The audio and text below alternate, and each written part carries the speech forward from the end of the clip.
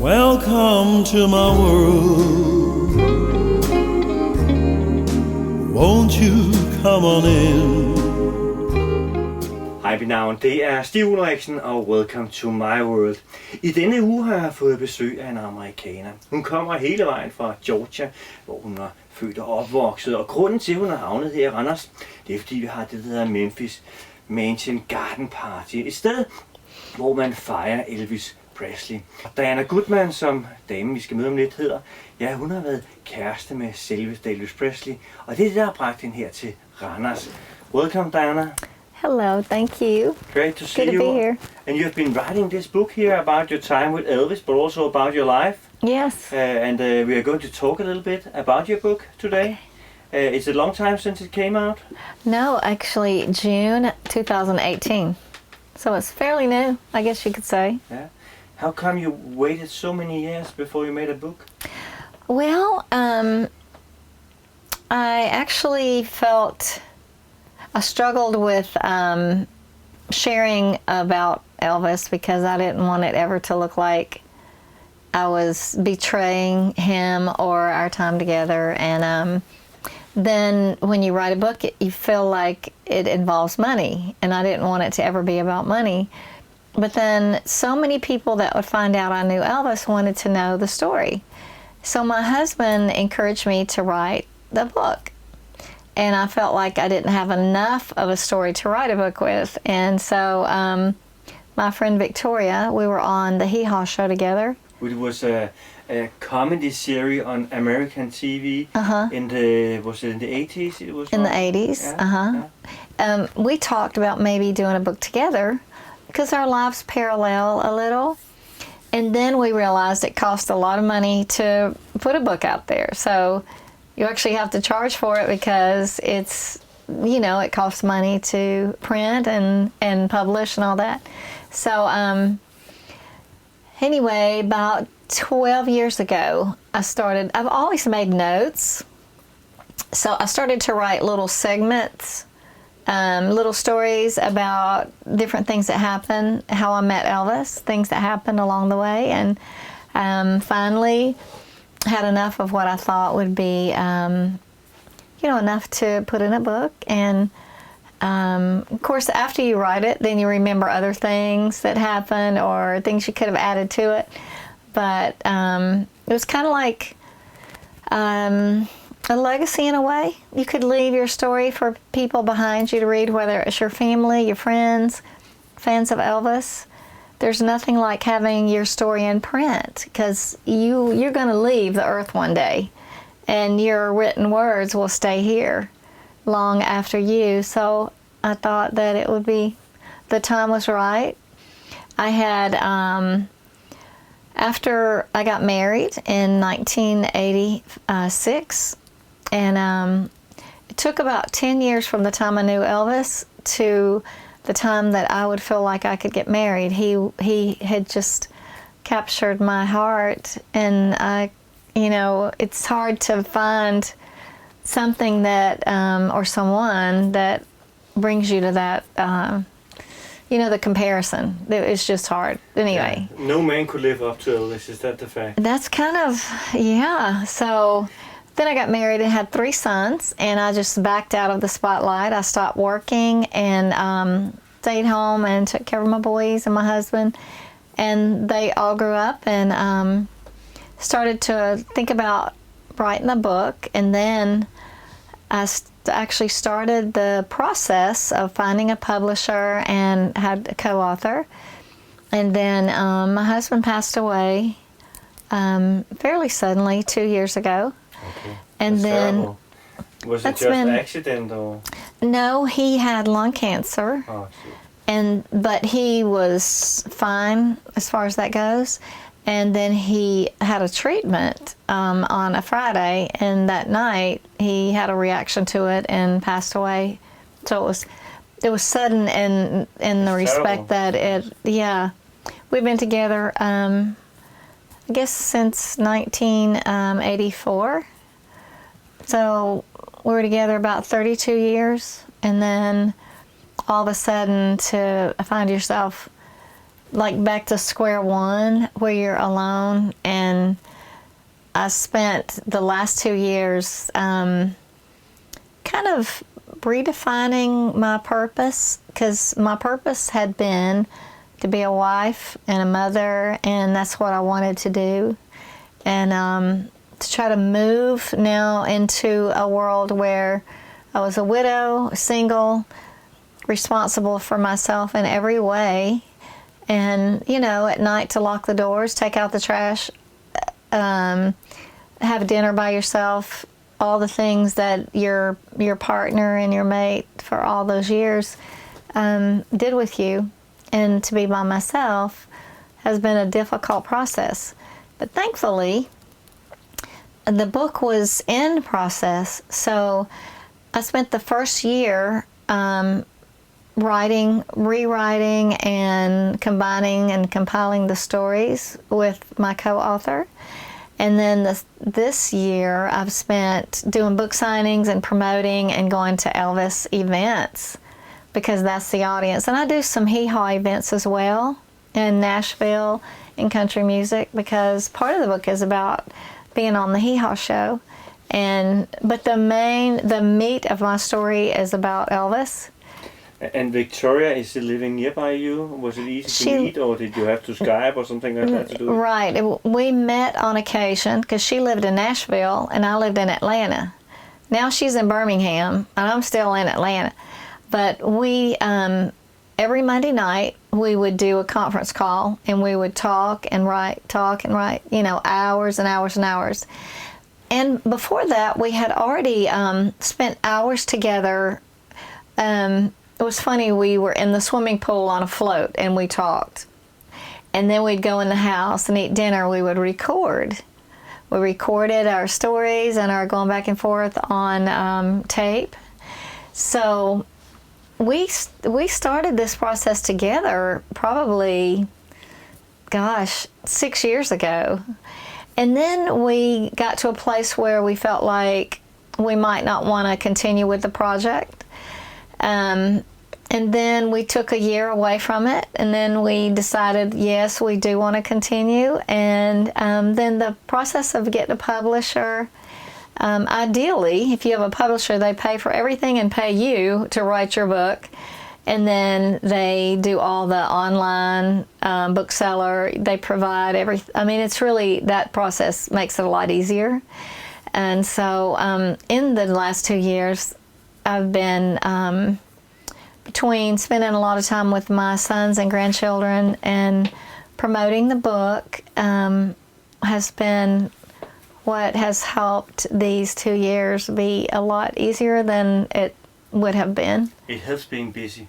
Yeah. It helps having something to do instead of sitting home alone. Having a worrying. schedule, yeah. You have to be, I know intentional is supposedly a millennial word, but you have to intentionally get up in the morning and say, today, this is my to-do list. And if you don't have anything pressing, then you decide you're going to see your son or your grandchildren or your mom, or you're going to do something. You know, I don't have a day that I let happen where there's just not anything. I can choose to make that kind of a day. Like today, I'm not going to plan anything. I'm going to stay home, maybe clean out my closet, or rest. Like when I get home from here on Monday night, I think on Tuesday I probably will stay home and rest all day. You need that. Do laundry, unpack. But it's good, Diana, that you have been doing this, and now you're here in Denmark to tell about and talk about your book for the Elvis fans. You just talked to a lot of Elvis fans today about your book, and now you're here with me. But let's go back a little bit and find out a little bit more about you. You were born and raised in Georgia in America? I was. Yeah. South Georgia, I was born. And then as a young girl, we moved to a little town called Forest Park, which is near the Atlanta airport. And I grew up there in a small, very family-friendly community. And went to high school there. And then I went to college in Atlanta. And I was a cheerleader for college, and then for the Atlanta Falcons pro football team. I was a professional cheerleader, and then I entered a lot of beauty pageants. All of these things that I did were partially for entertainment. I enjoyed doing things and being out, but I thought it would be a stepping stone to help me get to the place where I could be in television. I wanted to be an actress, either on stage or television. So that was your childhood dream? I wanted to be in television, be an actress. And you actually became an actress in Yeah. television later on. So you attended this beauty contest, and then you won actually to become Miss Georgia. And that was in what year? 1975. 75, yeah. Yep. And you were in Memphis actually also. But a question before we go to Memphis, because I know many viewers probably want to go to Memphis now and hear what's going on. Before you came to that point, was it something you had some sisters also? Did they also attend beauty contests, or were you the only one in the family doing that? My sisters did. They were in high school beauty pageants. And then after high school, they didn't have the desire to do any more beauty pageants after that. That was pretty much, they're like, yeah, I'm done with pageants. They thought it was stressful and all that. But my second to youngest sister was a runner-up in our high school pageant, and then my younger sister as well. And so, but they decided they wanted to get married early and have children, and so that's what they did, and I just kept trucking. Kept doing it, yeah. Kept doing the pageants. I was trying to find that place. So you How hope can I that get when there? you won this Georgia, to become Miss Georgia in 75, you hope that will also open some doors for going Yes, into TV. that was the whole idea, that it would be a stepping stone. I would meet somebody, or I would be discovered. You know, all those, because I didn't know how to get there, how to get where I wanted to go. From small town, Georgia, to big town like Hollywood, California, or New York. I did not know how I was going to get there. So I thought, well, pageants, maybe, because I had seen some girls win pageants, Phyllis George, different people, and they ended up in television or commercials. So I got the idea that would be the way that I would try to get there too. I guess you have your beauty from someone. Is that your mother? Was he also? That's so sweet. Was he also in a contest like that, or? She was not, but she could have been. Yeah. She's a tall, lean, brown-haired woman who met my dad at an early age and fell in love and got married at 16 years old. And I was born when she barely was 17. So she spent her whole life raising 5 kids, and she chose to be a stay-at-home mom.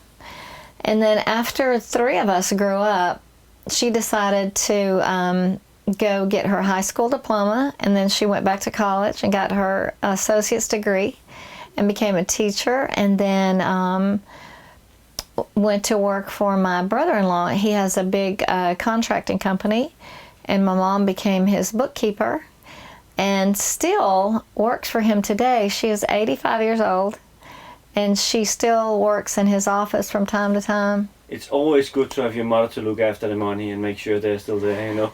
That's You have to find right. somebody you can trust.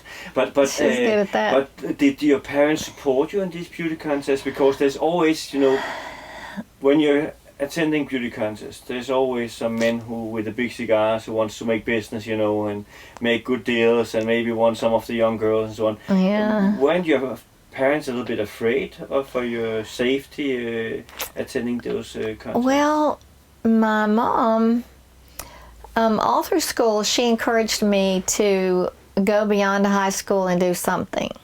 Work, have my own place, college education, travel. She never regretted becoming a young wife and mom, but she saw there are sacrifices you need to make, and you have to be ready for that. But she encouraged me to get out and do things before getting married and having a family, so that I could have experiences, you know, and while I'm young and not have responsibility. Now, my dad, he was kind of old school. He felt like you should get married so there is a man watching over you and you don't come to any harm. He really didn't get all this get out there kind of stuff. He appreciated that I wanted to work and produce and be active, but his words to me were, until you get married, I can never have any peace. I can't sleep at night as long as you're out there by yourselves. So he was not discouraging, but he also had concern, you know, that his daughter was He didn't want out anything there. happening to his little girl. Yeah, and he said, you're running around all over the country. I can't see you. I can't help. I can't take care of you. So you need a man to take care of you. So that's kind of where he stood. But And how did it go for you after you won this contest? Did it open doors for you, or what happened after you won the Miss Georgia title? it did. I was had to go on appearances, you know, personal appearances to promote the pageant.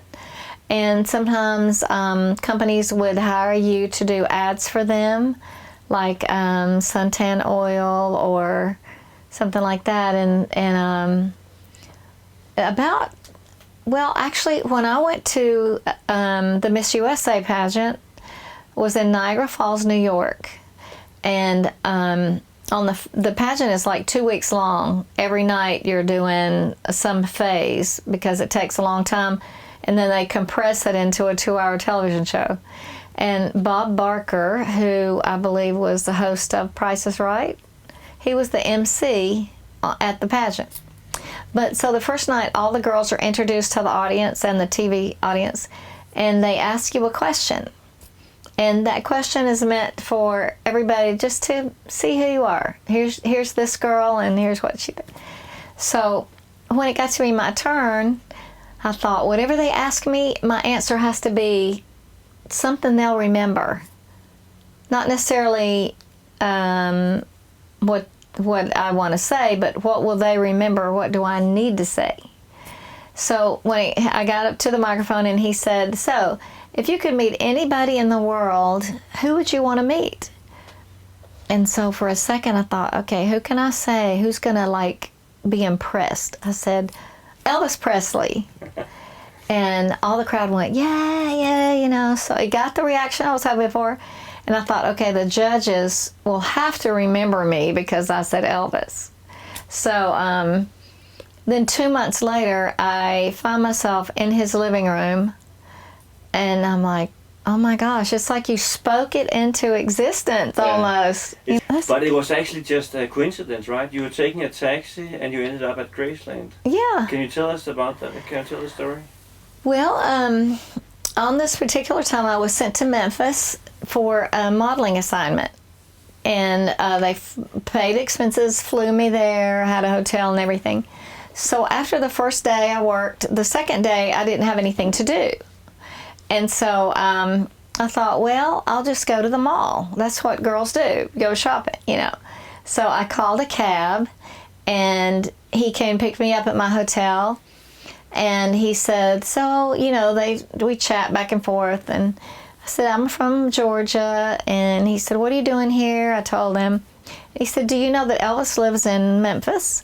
And I said, I don't, you know, wasn't thinking about that. He said, yeah, we're going to pass his house. It's called Graceland. Would you like to stop? And I said, I guess, you know, that was not in my plan. So he pulled over, I got out, and I was standing at the gate looking around. And the cabbie said, look, it's not far to the mall. You could walk the rest of the way, and you can let me go, and your bill won't be continuing to mount up. And I said, well, okay, I guess. I wasn't planning to walk to the mall either. I had on these big high heel shoes and a skirt and a little blouse. Then you should hope the mall was not more than 50 meters away, right? Yeah, because it was July, hot, very hot. So I stood at the gate and I was kind of looking around. There's a lot of people out there as always. And so out of the corner of my eye, I see this man, and he's motioning me to come here, and I'm like, me? He said, yeah, come here. So I walked over to the edge of the gate, and this man said, "Hey, what's your name?" He was on the inside. And I said, "It's Diana." He said, "Are you from here?" And I said, "No, I live in Georgia." And he said, "What brings you to Memphis?" And I said, "Well, I won the Miss Georgia pageant, and I'm here doing some modeling." He said, "Oh, do you want to come in?" And I'm like, "Oh, I guess. Is Elvis in there?" He said, No. And he said, "Shh, don't talk loud. Everybody will hear you." Were there many people there? Yeah, there's a lot of people at the gate. Okay. There's always a group of people at the gate, I think, just peering in. So he said, "I'm going to open the gate a little bit, and you squeeze in quickly." I said, "Okay." So he did, and I scooted in, and he closed the gate back really quick. And so I'm at the guard shack, and his name is Elvis Presley. Elvis's uncle. Yeah. And he told me, he said, "I'm Elvis's uncle." I said, "Oh." And so we talked just a couple of minutes, and then a golf cart comes down from the house. And there were two men in it, and they said, "Do you want to come up to the house?" And I said, "I guess. Is Elvis there?" They said, "No, he's not there." And I thought, why are all of a sudden these people inviting me into Elvis's house? He's not even at home. Something's going on. What are they men up to? Yeah, because I thought, why me? There's all these people out here, and how did they... Anyway, I said, "Sure, I'll go along." And so I went up to the house. They showed me all around. You're not afraid of anything? No, Thinking Elvis because... is not home, and now some men wants to have me up in the house? Well, I felt like it had to be a safe situation because it's Elvis's house, regardless of who they are or what. I felt like it was not a harmful thing. You know, there was too much at stake, maybe. And maybe I was a little naive, I don't know. But they took me up to the house and walked me all around, and we came to a staircase, and I thought we were going up there, and they said, "No, we can't go up there. That's Elvis's private quarters, and he's taking a nap." I said, "Whoa, he is home." And they said, "Yeah, but we can't really tell people because it gets crazy." Well, I'm like, wow, I wonder if he's coming downstairs, or am I going to get to meet him or see him or anything? So they took me to the jungle room to sit down, and Lisa Marie was there. She had her little tricycle riding all around the house. So his daughter was downstairs. Yeah. Bicycling around. And we are in 1975, is that correct? Yeah. And I thought, his little girl is here. He must be here, earlier when I saw her. So between what the bodyguard said and seeing her in the house, I felt like he was home. Why he wasn't down there with her, I didn't know, but they said he was resting upstairs. And so... what time of the day are we talking about? Is it? Oh, like lunch, a little after lunch maybe. And so they said, we'll go in the jungle room, and we just sat and chatted, and people came in and out. I met bodyguards, and some guests came in that when they're in town, they stop by and say hello to Elvis. And so it was just kind of an ongoing in and out of people, and I just sat there, and finally it got to be late afternoon, and I think it was Dave Hebler asked me if I wanted him to take me back to my hotel because it was late now to go to shopping, and the cab was gone and all that. And I said, "Yeah, if you don't mind." So we got into one of Elvis's, I think it was a blue Lincoln, and he drove me to my hotel. And he said, on the way, he said, "Elvis wants to know if you want to come back and go to the movies later." And I said, "Well, I haven't even seen Elvis. How is he going to invite me somewhere?" He said, "Well, he told me to ask you." I said, "Well, yeah, I don't have any plans for tonight. I have to work tomorrow." So he said, "We'll pick you up at 11. And Elvis... In the evening. Yeah. Elvis was going to rent the theater, the Memphian, and we'll spend all night watching movies. I said, "Okay, sounds fun." But I was still leery of who I was actually going to the movie. I mean, why am I... who's inviting me? So, sure enough, 11 o'clock, Dave picked me up, and we went back to Graceland. And he said, "We'll just wait in the car for Elvis to come out." So we're in the circle driveway right in front of the porch where the front door is. And I'm sitting there just looking at the house, and suddenly the door opens and Elvis just like enters the yard. You know, he doesn't just like walk out the door. He just has a presence, and he brings it all to the front porch. And he just stands there a minute, and he looks back and forth, and then he looks straight at me in the car, and he starts to walk toward me. And I'm like, oh my gosh, I've never seen him in person ever. I saw his movies, and I have some records, but I had never seen him in person. Was he good looking?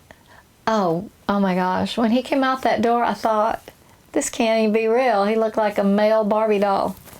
He just had on a suit, I think it was a light blue suit with a jacket, a long jacket, and it had navy blue insets and a high collar, and then a baby blue shirt, and all his jewelry and rings and his sunglasses. And I thought, are we just going to the movie? Because he was dressed to the nines, and I thought, oh, is he dressed up for me? But he walked to the window and he said hello, and shook my hand, and I'm glad you came. And I thought, I could hardly speak. And then he walked around the car and got into a different car. And I said, well, I guess I'm coming to the movies just with the group. Maybe I'm invited to be part of a group.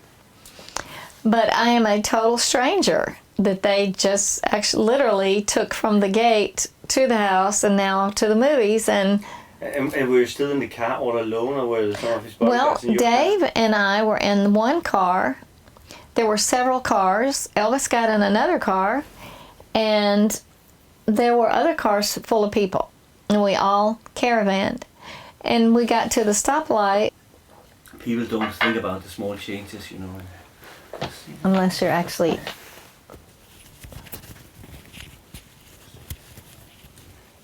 So, people don't notice anything like that anyway. So, but that is a strange situation, right? You have no clue about what's going on. Of course, obviously, to begin with, Elvis must have seen you on the monitor standing outside Graceland and called his Uncle West and said, "Oh, can you get this girl in?" or something like that. Didn't you think? Well, what's going later on? he did tell me that. Because later I said, how did, this all come about? And he said he saw me on the closed circuit camera. And I guess he asked his uncle to inquire. And from there, it was, it's very flattering that you would get picked out of a crowd. Or, I did not plan to meet Elvis when I went to Memphis. Although, and he had these cameras, he could watch them from his office, right? So he could always know what was going on without going anywhere himself. Yeah, he could see if he wanted to. But the idea that at that moment he was looking at the camera. He could have been asleep in the bathroom, eating, anything. But at that moment he saw, I guess whenever I pulled up, he must have seen me pull up and get out of the car. But all the things had to align in the right way, for him to see me and for me to be available and to even be in that town. It's very... coincidence. Right? Yeah. But what happened then? He was blinking to you in the car, and then his car drove on, or what happened? We all kept driving and got to the theater. And when I got out of the car, the bodyguards came over to me and told me how I needed to act. Like, When you say bodyguards, is that Dave Hibbler again, or is it some of the others? Dave and Red and I forgot who else. The Stanley boys. Everybody was there. And they came over and said, now, don't approach Elvis. Don't touch him. Don't grab him. Don't try to kiss him. Don't take pictures. They didn't know who I was, and they probably realized we're bringing this person in, and maybe this crazy person, who knows. So they told me everything not to do. I said, okay, I'll just sit in my seat and be quiet. So they put me on a row behind Elvis. There was a lot of people, but 2, 3, several rows filled up. And Elvis was always sitting in the middle of the theater, not on the first row, right? He was always sitting in the middle of the theater. And nobody sat in front of him. No. and I sat behind him at an angle.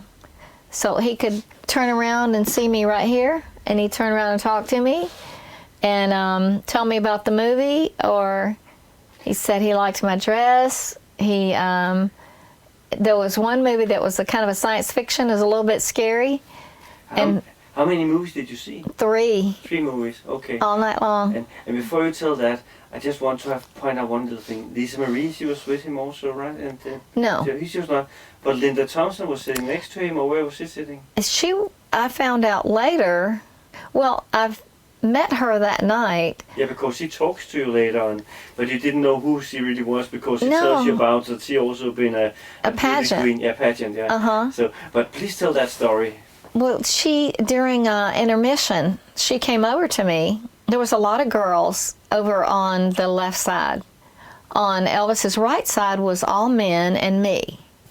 So on the left side, there were men, and on my right, and then on Elvis's left were several girls, and then other guys. And did he also have fans with him? Because sometimes he took some of the fans he knew from the gate, Shirley and Judy and others, with him to the movie theater. But he didn't do that in the 70s so much. I don't remember, because I didn't meet everybody that was there. Okay. I really met the bodyguards that were kind of in charge of me, and then Elvis, and then Linda came over with a girl. She had this girlfriend with her. And they asked me about the Miss USA pageant because she had been Miss Tennessee the year before. And she asked me if I knew a couple of people that were involved in the pageant. And I said yes. And so we knew the same people. But you didn't know who she was at that time? No, I didn't know her in regards to Elvis. Elvis. Also, because when she said she had been Miss Tennessee, you think, no, it's not the Miss Tennessee I know. Right? That's right. I said, that's not the one I remember. But then I realized later that she was the year before. She is 1 year older than I am, and she had won the pageant the year before. So that's why I didn't remember her as the current Miss Tennessee. And so I guess that was before she knew Elvis. She was in that pageant, maybe? Yeah, I'm not sure. She met him afterwards, I think, also. Yeah. But she talked to you there, and you didn't want to go out having any chocolate milk or whatever they were getting out there. You rather want to stay in the theater. I just want to sit there where Elvis was. And they all went up to the concession stand and got stuff. And she was with this group of girls. And I don't know, I didn't consider if one of them was with Elvis because I knew he was talking to me. So why would I think there was anyone else? And all I was interested in was him and me. So I wasn't thinking about, because some of the guys I think had girlfriends, and everybody just kind of sit around, you know. Yeah.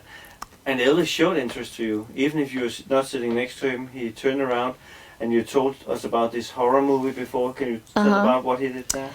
He, in this movie, a child gets hit by a car, and I just kind of went, you know, like that was, and he turned around and he patted me on the knee and he said, "It's just a movie, it's just a movie." And I said, "Oh, how sweet." You know, he heard me, and apparently he was in tune. And so in between movies, we would stand up and he would turn around and talk to me about being in Memphis and being from Georgia, and he remarked that he liked the dress I was wearing, and my hair was really long. I mean, he complimented me several times in a way that was not uncomfortable, but that he noticed that I was there. And I wanted to say, how come I'm not sitting up there with you? But he didn't know me.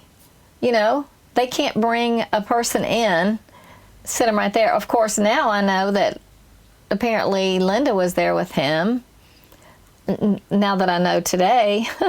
But at the time, I didn't know. All I knew was he was paying attention to me, and I was told that he asked me to come to the movie. Yeah. So. And you were actually there all night, so you must have been tired the next morning. When you finished with all the movies that night, what happened then? Did he ask you out again, or what happened? No. About that? At the end of the movies, we all went outside, and of course it's daylight. We'd been in there, it's maybe 8 o'clock in the morning, and he shook my hand. He said, "So nice to meet you. I'm glad you came. Hope you had fun." And I said, yeah, thank you. And then he got in the car and drove away. And you sure, damn. I know. That's I'm the like, end of it. what is this about here? And then Dave said, I'll drive you back to your hotel. And I said, okay. And I was really excited that I had been in the company of Elvis and his friends. But I was a little bummed that, is this all there is? You know, why didn't I say something, or why didn't I ask him? I don't know. I was just trying to figure out, you know, you kick yourself later wanting to change the scene, go back to it. So we get in the car, and on the way, Dave asked me if we want to stop for coffee. And I said, sure. I didn't drink coffee, but I could use something, because here it is, 8 o'clock in the morning. And did you get anything to drink during all these hours in the movie theater? I think I got a Diet Coke, Okay, but they I brought did you not. something at least. You know. Yeah, I was not gonna leave, and I wasn't hungry or thirsty. I just was so excited. I couldn't think about anything else. And so while we were sitting having, I had some juice and Dave had coffee. And he said, well, Elvis wants your phone number and your address. He would like to call you and take you out. And I said, well, why didn't he just ask me? I just was with him. And he said, well, he just needed to know you a little more and know what you're about. And he asked me to ask you. And I thought, I wonder if this is for Dave or for Elvis. And because, you know, that question goes through your mind. I thought, well, I'm going to take a chance that Elvis really did ask. So I wrote down my phone number and my address, and I slid it over to him. And then I thought, will he ever see that? I mean, will he really take it to him? And so I worked that day, and the next day I flew home. And all the way home, I thought, gosh, I met Elvis, you know, and I wonder if I'm going to see him again, or if he's really going to call.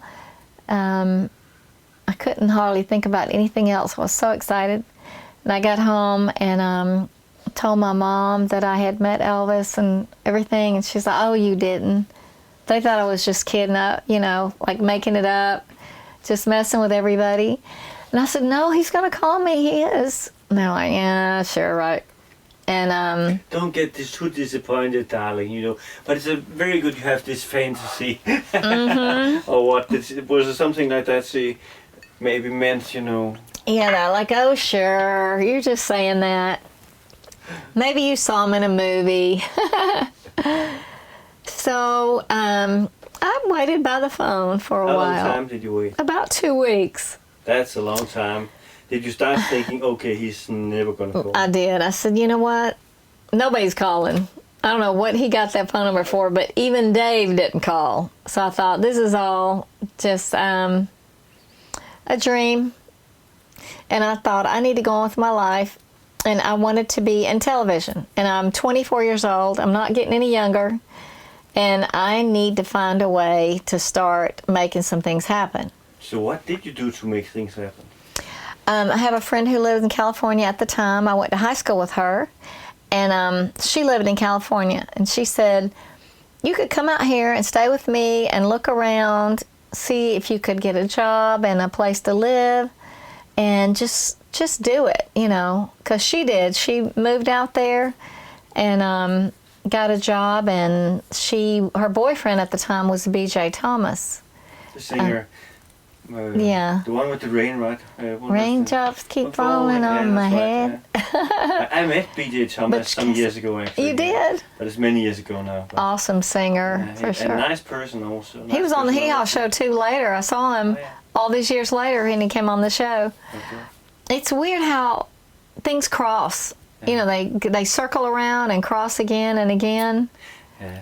But back. Let's go back to the 2 weeks. So, did you go to California before he called, or were you still waiting when finally a phone call arrived? I decided that I was going to go to California. I could not wait. I didn't know what I was waiting for, and so I caught a plane, went to LA, and my friend picked me up at the airport, and she had arranged for me to stay at the home of a friend of hers, and they took me out at night, and we went to nightclubs and restaurants. And during the day, I thought, boy, this place is big. I'm not going to be able to come out here and just like immediately get a part in a show or find a place to live that's affordable. You know, it's very expensive, and the competition among young women in television and movies is huge, and modeling. And I thought, man, this is not going to be as easy as I thought, or it's just not going to be easy, period, if I can even do it. So about the third day I was out there, I called my mom to just check in and say, I'm doing good, and here's where I am, and this kind of stuff. And so while we were talking, she said, you keep getting these prank phone calls. I said, what do you mean? She said, people keep calling here saying they're Elvis. And I said, I told you he was going to call me. And she said, is it really Elvis? I said, yeah, it's really Elvis. And so she hung up on him twice, and my sister hung up on him a third time. Was it Elvis self who called, or was it one of his men calling and saying Elvis would like to talk with you? Well, I think Elvis actually called one or two of the times. I think maybe he got Joe to call once. But then when they hung up, maybe he called, because they said, this guy says his name is Elvis. And he sounded like Elvis, but we were very sure he could not be Elvis. Yeah. There's no mistaking Elvis's voice. So I said, oh my gosh, Mom, that's really Elvis. And I said, if he calls back, he probably won't ever call again. But if he does, please give him my phone number out here. She said, well, isn't he too old for you? And I said, no, he's not. He was 40 years old, I was 24. And that is a big, for normal relationships, but Elvis was... He was younger, wasn't he? 70, was still in 75. He was 40. We reached August, so he was 40 at that time. Okay. But he was young in spirit and young in heart. You know, he's mature. Yeah. And he was born in January 8th, that's right, so of course, yeah. It fits. And I said, Mama, it don't matter. It's Elvis. I like older men when it's Elvis. I know. I said, just give him my number, please. Not all this discussion about if he's too old or Uh-huh. what. So did he call again? He did. You know, I hung up the phone, and I was out at the pool at this house, and they had a phone outside on the table. But I didn't answer the phone because they had a housekeeper, so I'm a guest there. And I went to lay back in my float. I had, I was laying out in the sun. I had baby oil all over, and I was getting a suntan. And the housekeeper came to me, and she said she didn't speak English, but she picked up the phone and handed me. And I got up and went over to the phone, and I said, hello. And this voice said, is this Diana? I said, yes, it is. And he said, this is Joe Esposito. Elvis wants to talk to you. And this voice came on and said, hey, baby, this is Elvis. Why are you in California? And I said, oh, my gosh, it's Elvis. Did you say that to him? No, in my mind, I'm just like, I couldn't even talk. I said, I waited 2 weeks for you to call. He said, but I told you I was going to call, and I don't say things I don't mean. I said, I know, but I didn't know when, so I had to do something. And he said, well, I want to take you to my concert. Do you want to go? I said, yeah. Are you out here? He said, no, I'm in Memphis, but my concert's in New York, and I want you to come meet me. And I said, okay, because I plan to stay in California a couple of weeks. So I'm 3 days out there, and now he's asking me to leave. And I'm not second guessing it at all. I'm doing it. And he said, I'm going to try to book you a flight from LA to New York, and then I'm going to meet you there, and my idea is to get you there in time to go to my concert tonight. And I know he said my concert, but I wasn't sure he was talking about someone. Are we going to see someone, or is he? I wasn't clear on all that. But he said, I'm trying to arrange the flight so we can all meet at the same place. I said, okay. He said, can you be ready in 2 hours? I said, yeah, I can. And so I hung up the phone. I'm like, oh, wow. I'm gonna see Elvis. So I went back to lay in my chair because I've got 2 hours, you know. So the housekeeper comes back out again and picks up the phone and hands it to me. And I get up and come to the phone, and it's Elvis. He said, hey, can you be ready in an hour? Because it's a 5-hour flight, a 3-hour time change, and I'm trying to figure out how to get you there faster. I said, yeah, I think I can. So we hung up. I ran in the bedroom, and I thought I got to start getting ready. Well, the knock on the door, the housekeeper, furious at me, and thrust the phone at me, you know, at this point. And I say, hello, and I said, this is Elvis. I'm so sorry, but can you be ready in 30 minutes? And I said, yeesh, yeah, I guess I can. He said, I can't get you a flight, so I'm going to send my Learjet to pick you up and bring you to New York. And my chauffeur will pick you up at your house. He said, what's your address? And I gave it to him, and he said, don't worry about packing. I'll get you everything you need. I know it's last minute, so I don't want you to stress over anything. He was very good to planning things, right? He could have been running UPS or one of the other companies with services, you know, I have a car picking you up there, I have a flight taking you there, you know. And it's very flattering to remember those details and to think about the effort he put into that. Yeah. And I still think, why? I mean, what did he see, or what was his, I don't know. He didn't have much patience, maybe. He just wanted things done fast. That's maybe why you have this change, take care of business, and then in a flash, you know. Yeah, There's maybe. no reason to wait for tomorrow if you can do it today.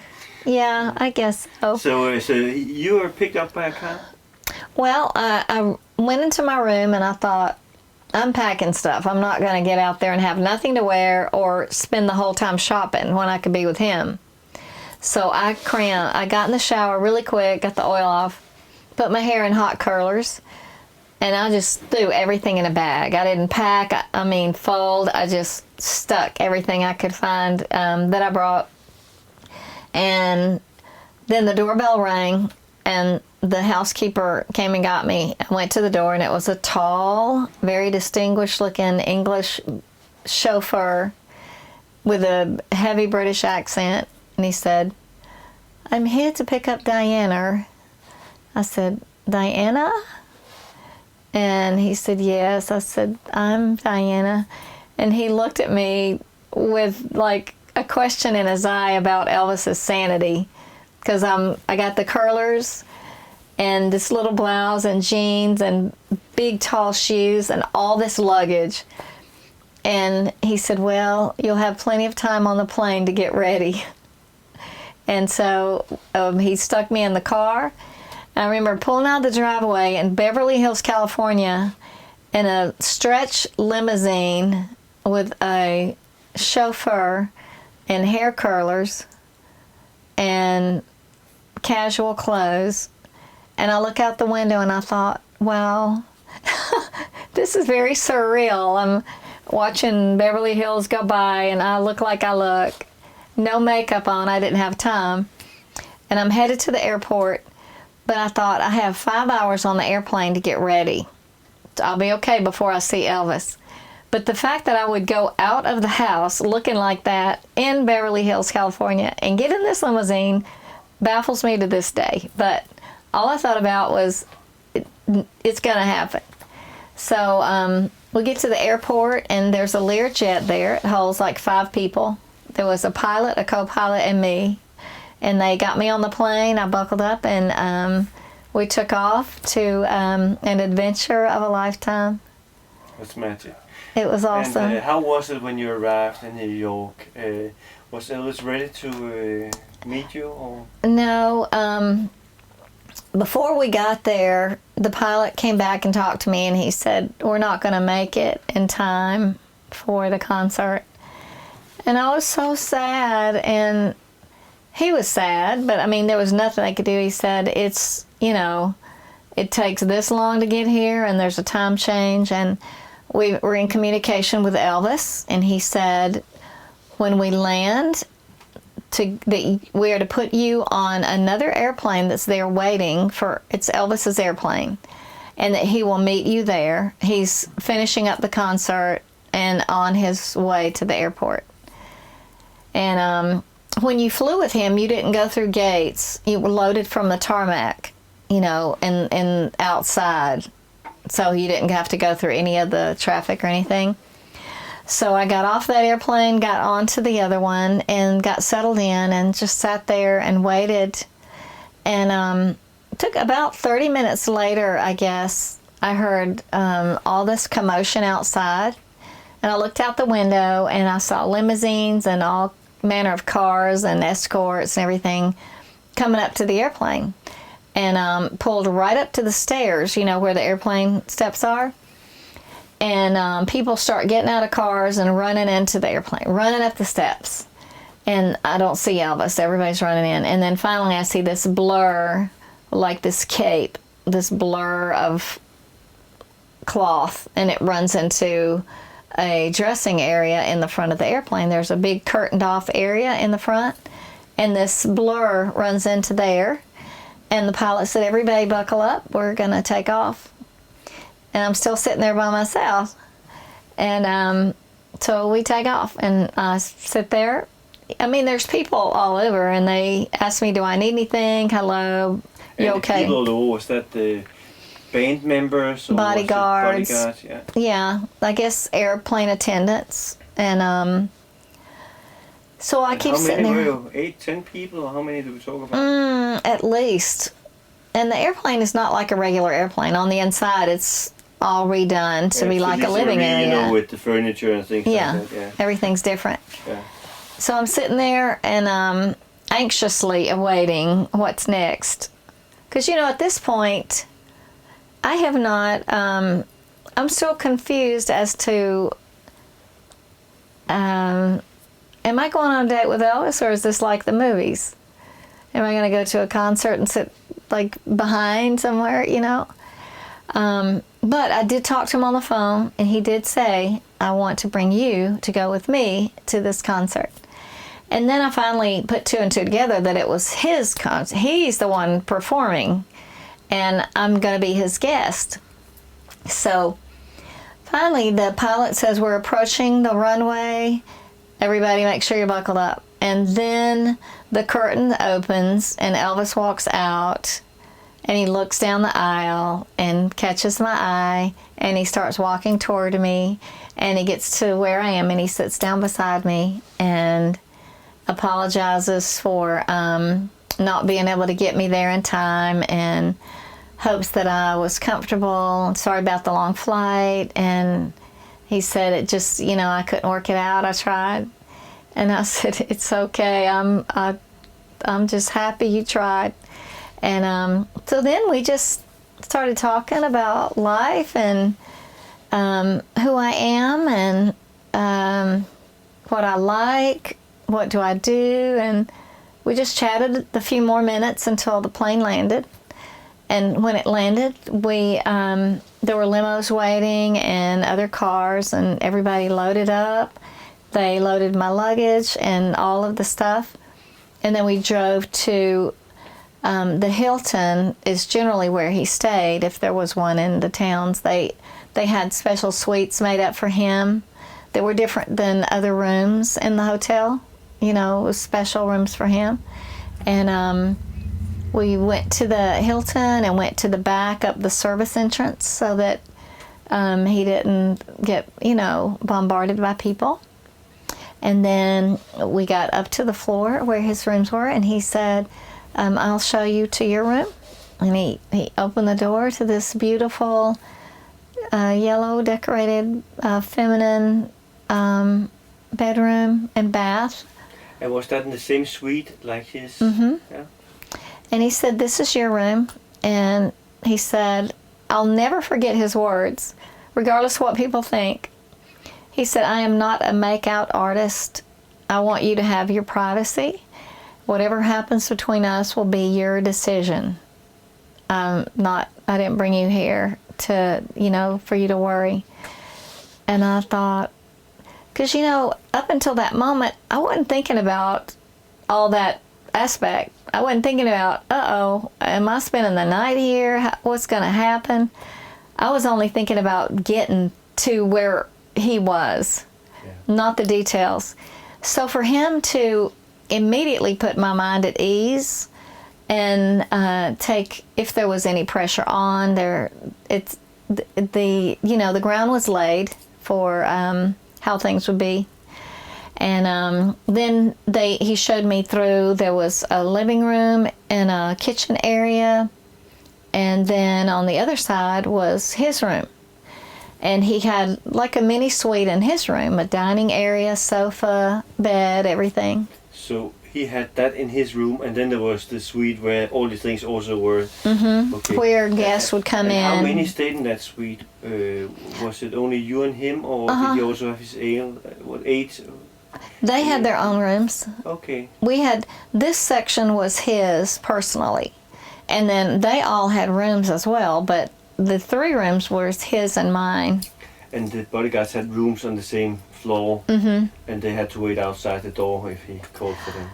Well, they were in and out of the living area, all the time. It was like... What happened then? Well... Did you have a romantic dinner together or anything? We did. But first, we took our luggage in, and he told me if I wanted to get freshened up and unpack and change, because I was still in my flying clothes, and that to meet him in about 30 minutes for dinner, that he was going to bring dinner up, and we would have it in his suite. So it's not it was in his suite you had the dinner, not in the area. Not in the common area. Okay. No. So on my bed were boxes of gifts that he had already had placed in there, and with big ribbons and bows tied around them, big gift boxes. And he told me that, he said, I don't want to assume or imply that you don't know how to dress or you don't have any clothes, but you don't know my life. You don't know how we live life on the road or at home. And so because of that, I wanted to get some things for you to have to choose from, just in case. So he had, and he liked to wear loungewear during the day and then dress for evening or for his shows. Because he would wear an outfit to the venue and then change into his costume there. But during the day, he liked to be around in his jammies, things that he could greet people in. And he wanted me to have the same kind of clothing. So in these boxes were just beautiful gowns and robes, and very feminine and flowy, modest. How did he know your size? I thought, before I opened them, I thought, how does he know my size? How does he know? But everything you didn't was... feel anybody going around measuring you, He must have had a good eye. Yeah. But Did it fit? Everything fit? Perfectly. Everything. Even the jewelry he gave me was my exact ring size. I don't know how he knew everything, but... But that's amazing. Yeah. Right. It's what you call sixth sense, you can sense things. Well, when we were on the airplane, he held my hand, this hand. Because at one point he moved over and sat on my right side, and I really liked turquoise jewelry, and had a lot of turquoise rings and necklace and earrings and all that stuff. I was a little bit of a boho / hippie kind of dresser, but not a hippie. I just, there was that style, was peasant blouses and tight jeans and big tall shoes and stuff like that. So I remember he was just kind of fingering my rings and kind of stroking my hand, And so I don't know that is how he determined my size or not, but I just remember him holding this hand. And anyway, I opened the boxes and I found, picked out one and put it on. And then I walked through the suite over to his room, and the door was open. And I walked in, and he got up, came over, and... Was he laying in the bed, or where was he? No, he was sitting at the table. Okay. And there was a table and chairs for dinner. So he was already waiting for you? Yeah, okay. He was dressed, and his jammies were like a shirt, a button-up, and pants, like men's pajamas. That's what he was wearing. And I think they were like a navy blue. And not silk, but a real, like that soft kind of material. So this was the first date you ever had with a man in pajamas, right? Uh-huh. Yep, but learning his life, it's like he just wants to get comfy. He had already performed. He had a show, and I didn't get to see it, but he worked that night. So when he came home, he was ready to get in his lounging clothes. How was it to have a dinner with Elvis sitting in pajamas and you in the nice clothes with jewelry and everything? I had a beautiful white, oh my gosh, it was so pretty, long, like a Cinderella gown. It had a robe over it with a little ribbon tie in the front, little puffy sleeves and lace, and just a soft, flowy. When I walked in it, I remember I felt like I was in a pageant because it just flowed with you, and very comfortable, and you couldn't see through it. I mean, it's modest, and it was not plunging, anything like that. And I was so impressed. If you're married and your husband brings you a gift, you kind of know what's on their mind when you open the box, or what they're thinking, what they like to see you in. The fact that he wanted to see me in this, and it was a very proper kind of thing. Not like what my grandmother would wear, but not what, some floozy would wear. Anyway, he pulled out my chair. So he was a gentleman? Very much so. Southern gentleman? He was. And regardless of his lifestyle, his whatever reputation or whatever people say, how he was with me is how I remember him, and that is what I will always know about him. And everybody else can know what they know, and they have their own experience. But for whatever reason, he looked at me as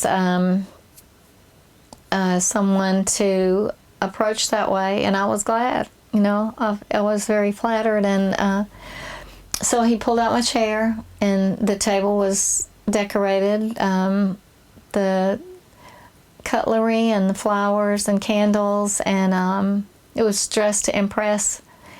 And so I thought, I guess we're going to order room service. But there was this big cart in the room, and he said, I did not know what you wanted to eat, so I just ordered one of everything, and they brought it up. And so the cart was loaded with every dish in the restaurant, domed lids, and we had tea and water and milk, and he said, do you know what you might want? And he named off a lot of things, and I said, well, what do you want? Because I didn't want what he wanted. I wanted him to be first. And I could have gone without eating it all because I was too nervous and excited.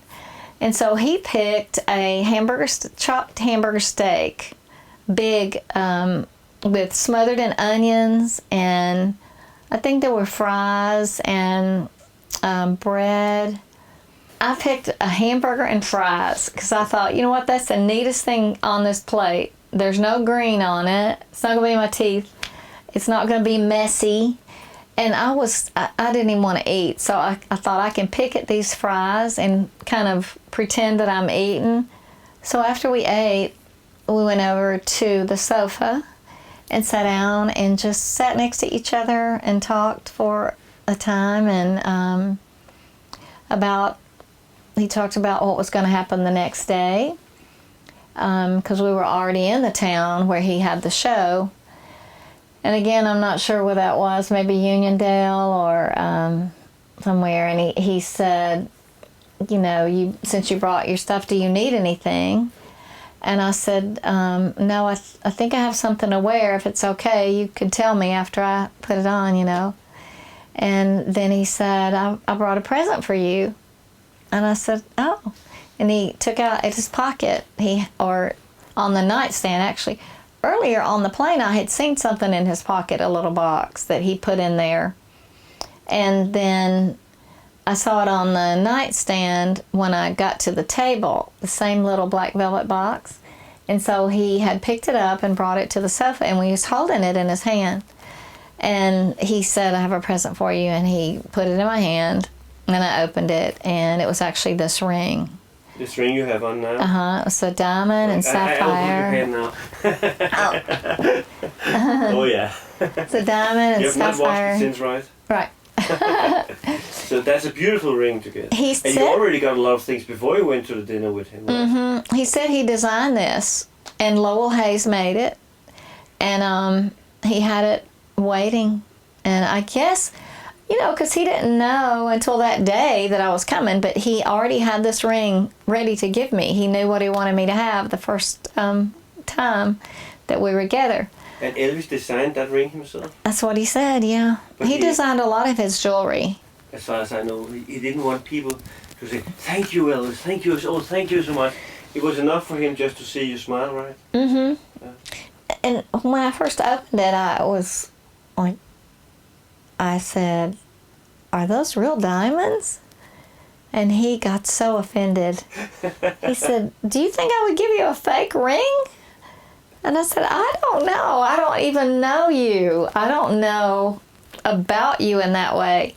And all I know is I have never seen up close anything this beautiful, and never have had anything like this, especially given to me from a man.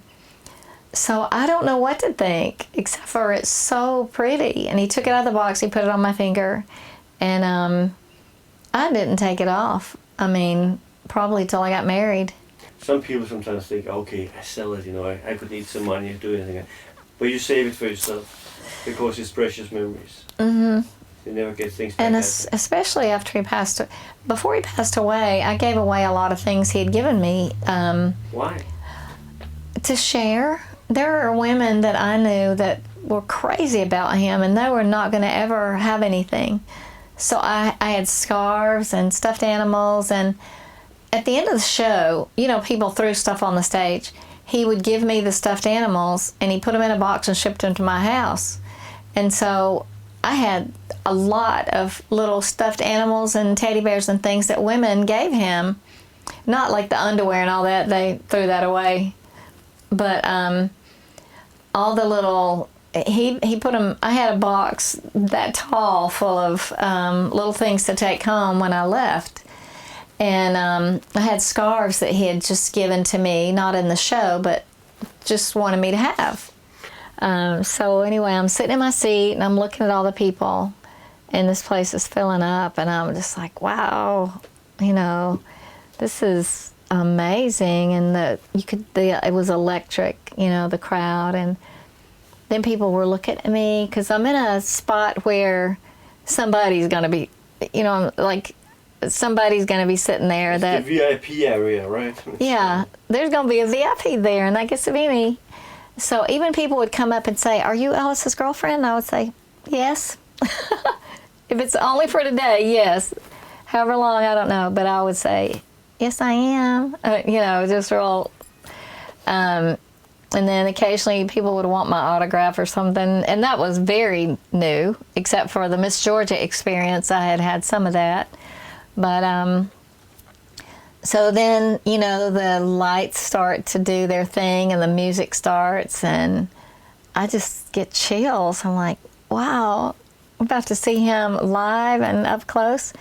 And then he comes out on the stage, and he starts his song, and he walks to the side. He looks directly at me and sings, and then sings to the audience, and just electric. And from the beginning to the end, I thought, I cannot believe this. He is incredible. I already knew he was an incredible singer, and I've seen the movies, and but I just didn't pay attention the way I did this night. So they came to get me, as promised, and took me across out into the back area. And that was the bodyguards. Uh-huh. Sometimes it was Ricky Stanley. It could be anybody. It wasn't Ricky always. Stanley was his stepbrother. Mm-hmm. Yeah. I remained friends with Ricky until he died. He was a priest, right? preacher. Oh, preacher, yeah. Yeah, and he had some struggles, and he went through a program to get himself straightened out in a church near my house. So I saw him and talked to him several times, and we stayed in touch a lot and prayed for him. He, he had a good heart, and know his daughters are, met his wife, his ex-wife. Ricky passed away last year, right? Yeah. But back to the story. But anyway, so you they picked took up and me you out. went away in the car, and then you got to spend time with Elvis. How were you with him on the whole tour here, or did you go back to California to continue your career a little bit, or? We stayed together then, and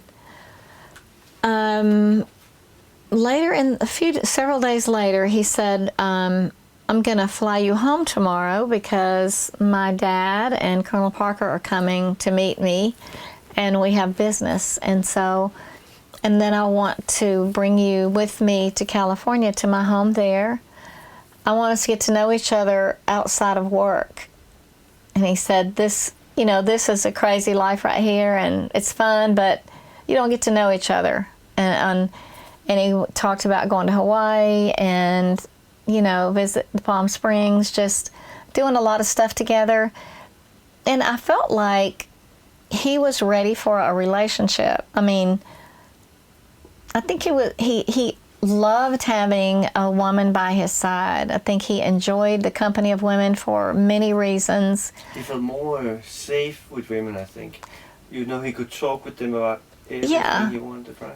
And it was just everybody in his life, except for his girlfriends, I guess, were about business. I mean, they may have been his friends, but they became worker or employees. Depending on him, employee, getting the salary every month and things like that. Yeah, so and he liked the companionship of it, and there was more than just a physical aspect. It was a conversation. I mean, we talked a lot. I think in a matter of weeks or months, it felt like years. It felt like we were always friends. We had our hearts connected, and then part of the way into it, I became like I felt like he needed me. He needed someone that was a nurturing person that could maybe look out for him in other ways, maybe to be able to be that person that says, maybe that's not the best idea. Maybe not do that tonight. Maybe we could try something different that would help you sleep. Or did you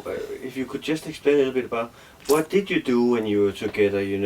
Was it he loved to read books. He loved the spiritual books.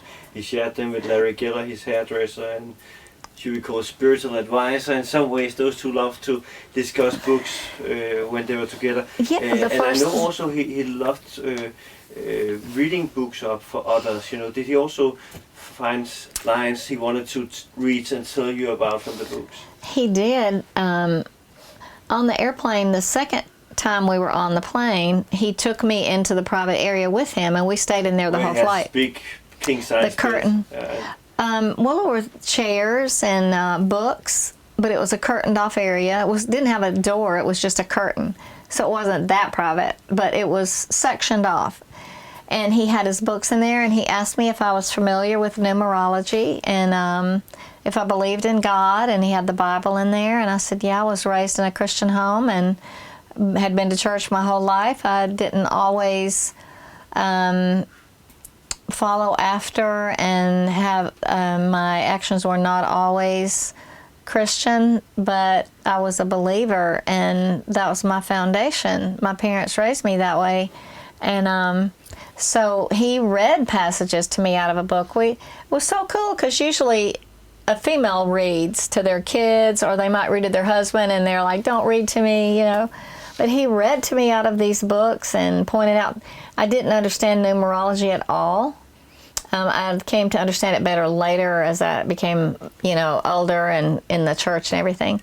But he was fascinated by how all that fit together in the Bible and the numbers. And sometimes I guess you could be confused by some things if you read too many things that don't have a similar basis.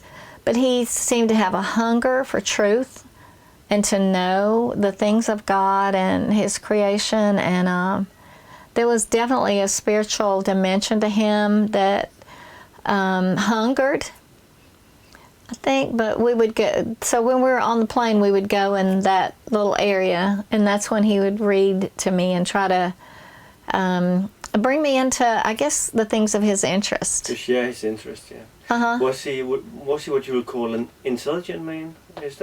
Was that the impression you had of him? Like a highly intelligent man when it came to knowing things and socializing and. Like I think he was. Oh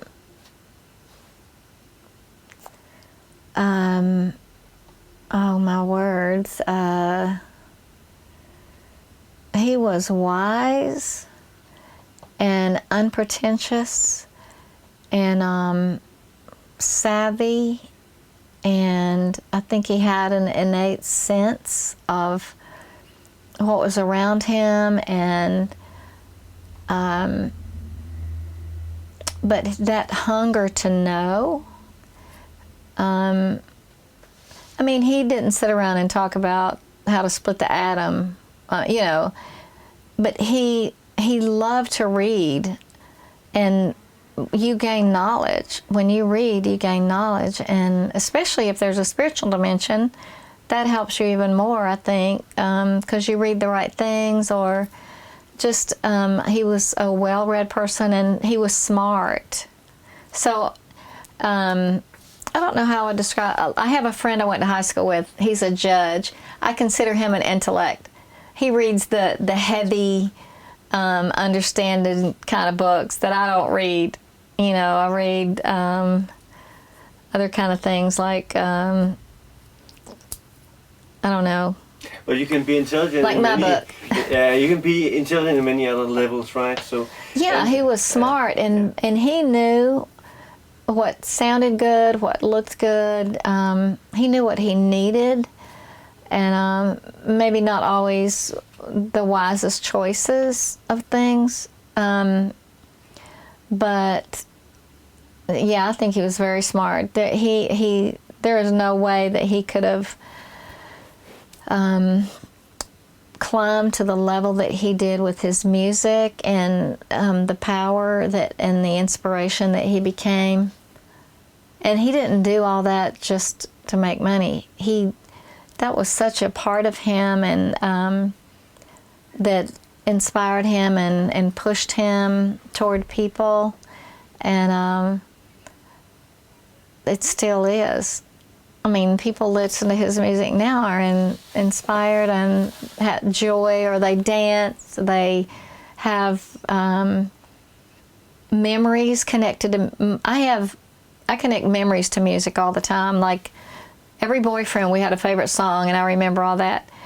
My song with Elvis was "Can't Help Falling in Love," and I asked into the relationship. I wanted so bad to ask him to sing a song, and not just like at a concert. And I didn't have a camera. I didn't want to be sitting around trying to take selfies. I mean, we couldn't even do that. But like my little Kodak, taking pictures of them. So we don't have a lot of personal, like intimate pictures. But Diana, I can see time flies. We have talked a lot, but I have to know one thing. You saw Elvis on and off for, what was it, 5 months, 8 months, something like that, where you met with him. I like to, even though our meetings were not often, we were connected over the course of a year.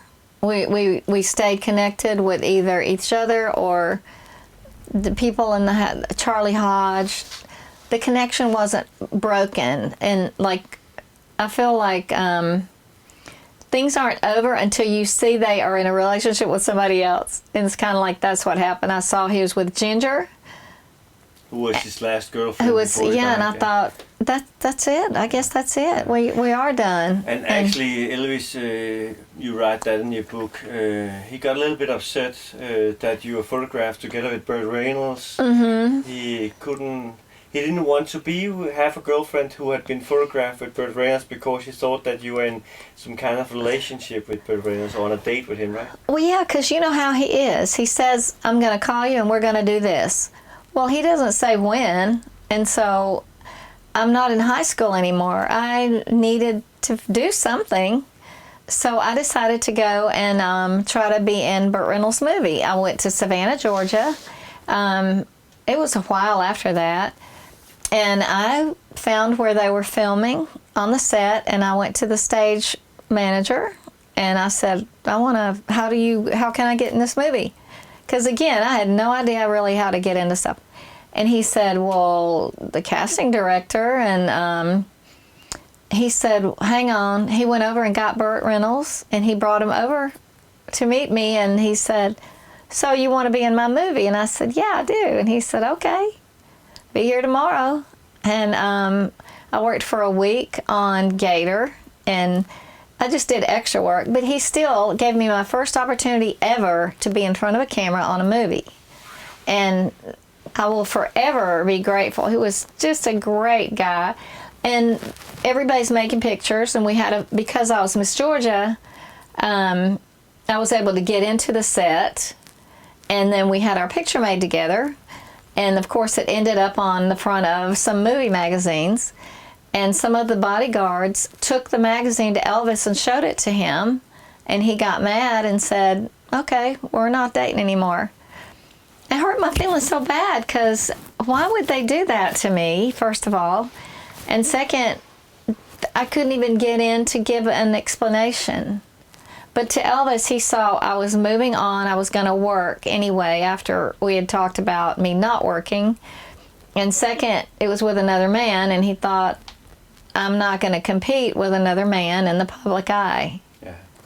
And we have to end the program, unfortunately, Dana, because you have to go to something. I could have talked with you much longer yet, but I have to just finish it up just shortly by saying you ended up making movies. You were in the TV series Hee Haw, and we have not reached to talk much about it, but it ran for many seasons.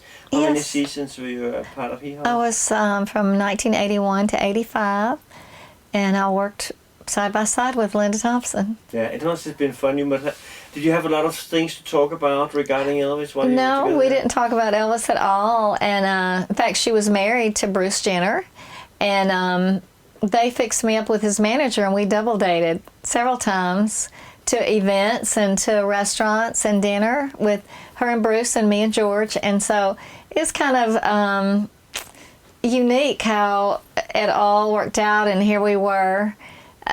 Being friends after all, and she was happy and had her boys, and I was still single, so I had not quite gotten over Elvis at that point, but she had and moved on. And yeah, it's amazing. And you got your career doing some movies. Did you ever do any movies for theaters and things like that, or was it Hee Haw that was the main thing you did? I did some extra movies, and I did a play in Atlantic City, New Jersey for the man who wrote a song called There She Is, Miss America and Blue Velvet. Have you heard of any of those? Yes. Well, he produced a show, and it was a comedy about a spoof on beauty pageants. And so all the girls in the show had to audition, and you had to have been a former pageant winner in your state. So I auditioned for the part, and I got it. And so it was a musical, and we performed in Atlantic City, New Jersey for 6 months.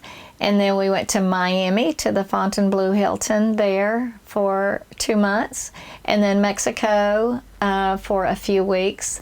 So that whole first year that I moved to California, I got hired to travel. So then when I got back to California, I had to look again. Jobs end. And so I did singing telegrams for a company, and I wore a gorilla suit to deliver telegrams. So you can sing also? Kinda. That's great. But I wore a gorilla suit and took telegram. I delivered a check to Clint Eastwood. Okay, so he got a telegram. I think Clint Eastwood would have loved you being yourself looking beautiful instead of just being in a green suit. But that's how it goes. But Diana, we have to stop now because time has run out, but it's been a big pleasure talking to you. Thank you. I've enjoyed it. Thank you so much. Thank you for coming by. Og dermed nået frem til vejs ende af Welcome to my world i denne her uge. Jeg vil gerne sige tusind tak, fordi I valgte at kigge med. Og jeg håber at se jer alle sammen igen i næste uge. Won't you